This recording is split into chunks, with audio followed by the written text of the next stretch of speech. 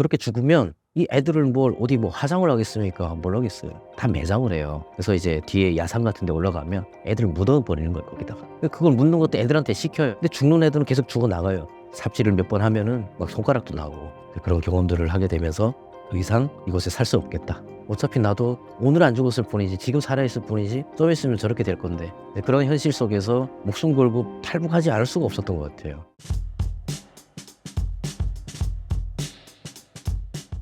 안녕하세요. 네, 함경북도 월항에서 대한민국으로 이사 온 지 20년 된 김윤찬입니다. 반갑습니다. 어린 시절 북한에서의 삶은 어떠셨나요? 저는 이제 그 월항이라고 하는 데가 바닷가거든요. 동해바다예요. 그래서 뭐 그 청진, 회령 이렇게는 대부분 다 아시더라고요. 그래서 회령, 청진, 또 청진 온만큼 또 내려가면 월항이라고 하는 곳이 있고요.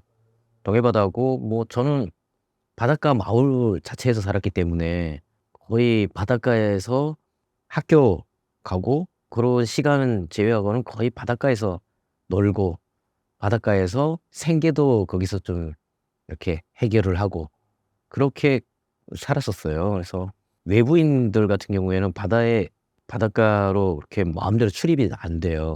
해양 경비대가 다 지키고 있거든요. 왜냐면 간첩들이 올 수 있다.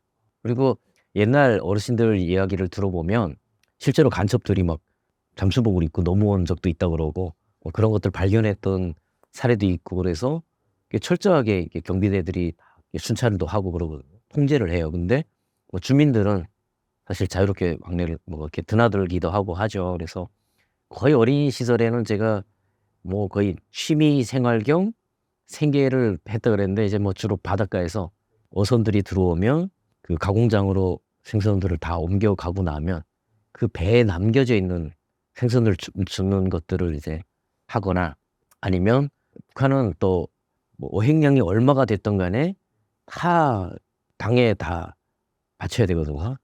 예를 들어서 10kg가 잡혔다 그러면 90kg는 다 사업소에 맞춰야 되는 거고 나머지 10%를 가지고 어부들이 나눠 가지는 방식이고 농장에서 농사 짓는 분들은 배국을 그렇게 농산물을 가지고 받는 것처럼 어부들은 그 잡은 물고기를 나눠 가지는 방식이거든요.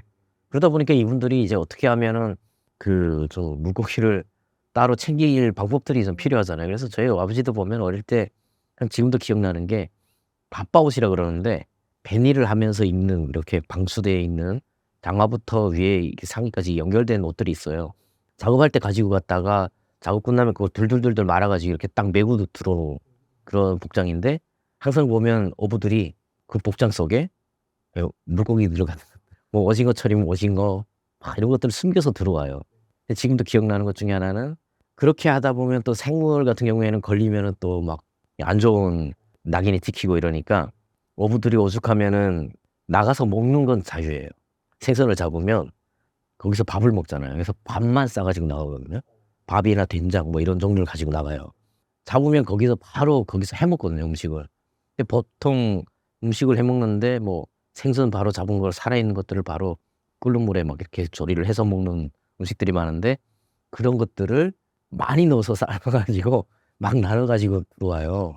어릴 때 항상 아버지가 가지고 온 그 생선 바닷가 배 선상에서 직접 바로 그 끓는 물에 데쳐낸 그런 생선들을 거기서 가지고 오면 진짜 맛있게 먹었다. 그렇게라도 좀 챙겨 와야 되는 그런 상황이었던 것 같아요. 북한에 계실 당시 경제적 상황은 어땠나요? 김일성 사망 이후 점점점점 이제 경제난이 좀 심해지기 시작하더라고요. 그러더니 어느 날부터 시장에 나갔더니 장마당이라고 하잖아요. 장마당에 갔더니 제 또래 되는 애들이 길거리에 너무 많이 나와 있는 거예요. 막 교복 입었는데 학교를 안 가요 막. 그런 애들이 이미 봤더니 막 진짜 때가 막 쪼들쪼들하고 막 새까맣게 다 그런 애들이 누가 봐도 막 길거리에서 노숙한 지 오래된 아이들이 또돌이가 된 지 오래된 애들 그런 애들이 막 길거리에 보이기 시작하더라고요. 사람들 뭐 눈치도 안 보고 막 훔쳐 먹고 뺏어 먹고 막 이런 애들이 많아졌더라고요. 그게 점점 늘어나더니 어느 날 저희 동네도 자고 일어나면 "누구 죽었다."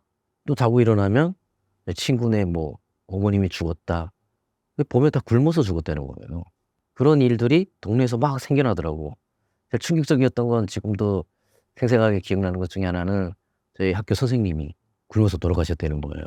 여사 선생님이었는데 너무 충격이었어요. 선생님이 굶어서 돌아가셨다는 게 왜냐면 우리 동네는 되게 그런 오천이다 보니까 깡식이거든요. 그래서 뭐 TV 같은 것도 있는 집이 몇 세대가 없었는데 그 선생님 집에는 TV도 있었어요. 칼라 TV. 당시에 뭐 북한에서 그 칼라 TV는 진짜 귀한 거예요. 근데 그것도 수령님께 받은 하사받은 색텔레비라 그러는데 칼라 TV가 있었던 거예요. 근데 이제 그런 칼라 TV 같은 경우에는 그때 당시에 진짜 배고프고 막 그러니까 사람들이 막 시장에 나가서 뭐 몰래 팔고 그랬었어요. 굶어 죽겠는데 뭐 그게 뭔 의미가 있어요. 네, 이 선생님 거시기 하셔가지고 그 TV를 끌어안고 네, 팔지도 않으시고 끝까지 그런 그 고상함을 지키시면서 또 당의 어떤 그런 충성심을 끝까지 유지하시고 결국 그냥 굶어 죽는 걸 선택을 하신 거예요. 굶어서 돌아가셨어요.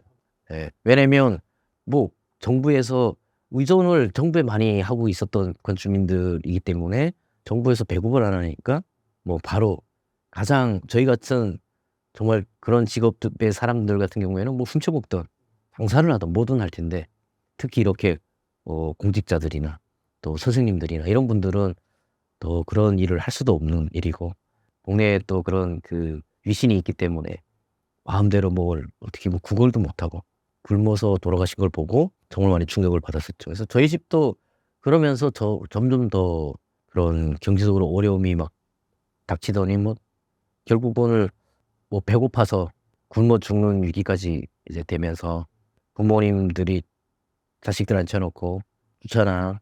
미안한데 너 이제 집에서 나가라." 싫어 뭐 그러잖아요. 어린 나이니까. 그러면은 "미안하다. 다 같이 있으면 죽을 것 같으니까 너라도 나가서 어떻게든 살아라." 이러고 내보내는 거죠. 한 며칠 있다가 들어와 보면은 어머니가 돌아가셔 있고 또 며칠 있다가 들어와 보면 아버지가 그 옆에 똑같이 누워서 돌아가시고 그렇게 제 주변의 친구도 그렇게 부모님이 다 돌아가시고 저희 부모님도 저희 가족도 다 뿔뿔이 해체가 되고 그렇게 하면서 10살 때부터는 떠돌이 일을 하고 여기저기 전전을 하면서 회령이라고 하는 곳에도 가고 거기가 이제 중국 접경 지역이다 보니까 그래도 이렇게 좀 그러니까 이제 뭐 중국하고 이제 밀수도 많이 이루어지고 하는 곳이잖아요. 그리고 뭐 이제 외할머니 댁도 있고 그래서 주로 그쪽에 가서 또 생활을 하면서 어떻게든 살려고 발버둥을 많이 치면서 떠돌이 하면서 탄광 마을에서 석탄 기차에 매달려서 이제 뭐 도시로 가는 과정에 석탄을 질이 좋은 석탄들을 잘 담아 가지고 기차에 거의 도착할 때 그걸 이렇게 떨어뜨리거든요. 왜냐면 군인들이 또 지키고 있기 때문에 잡히면은 헛수고가 되니까 석탄을 떨어뜨리고 기차에서 이제 뛰어내리는 거죠. 그렇게 많이 이제 장애를 얻는 주변에 친구들도 있었고 또 잘못 떨어져서 사망하는 경우도 있고 그런 위험 속에서도 어쨌든 먹고 살아야 되니까 안 그러면 죽을 거니까 어떻게든 살려고 이제 그렇게 한동안 또 석탄도 그렇게 훔쳐서 시장에 가져가서 먹을 거 그 뭐 음식들을 좀 바꿔서 먹고 뭐 이제 뭐 영상이나 TV에 보면은 어린 아이들이 시장에서 막 그 비닐 봉다리 같은 거 들고 다니면서 이 다른 사람들이 먹던 뭐 이렇게 뭐 국수 먹다가 남은 육수 있잖아요. 뭐 그런 거 이렇게 받아 가지고 이렇게 먹고 그렇게 하는 아이들이 있는 그런 영상들도 있잖아요. 힘이 없고 어리고 막 그 여자아이들 이러면 어쩔 수 없어요. 그나마 남자니까 좀 어리긴 해도 뭐라도 훔치려고 하고 활동을 하지만 그런 여자아이들 같은 경우에는 완전 홀로 되고 뭐 7살 6살 이런 애들은 자기가 혼자서 뭘 할 수가 없잖아요. 뭘 훔칠 수도 없는 거고. 그렇다고 누가 돌봐주는 사람도 없고 하니까 시장에서 그렇게 빌어먹고 살아요.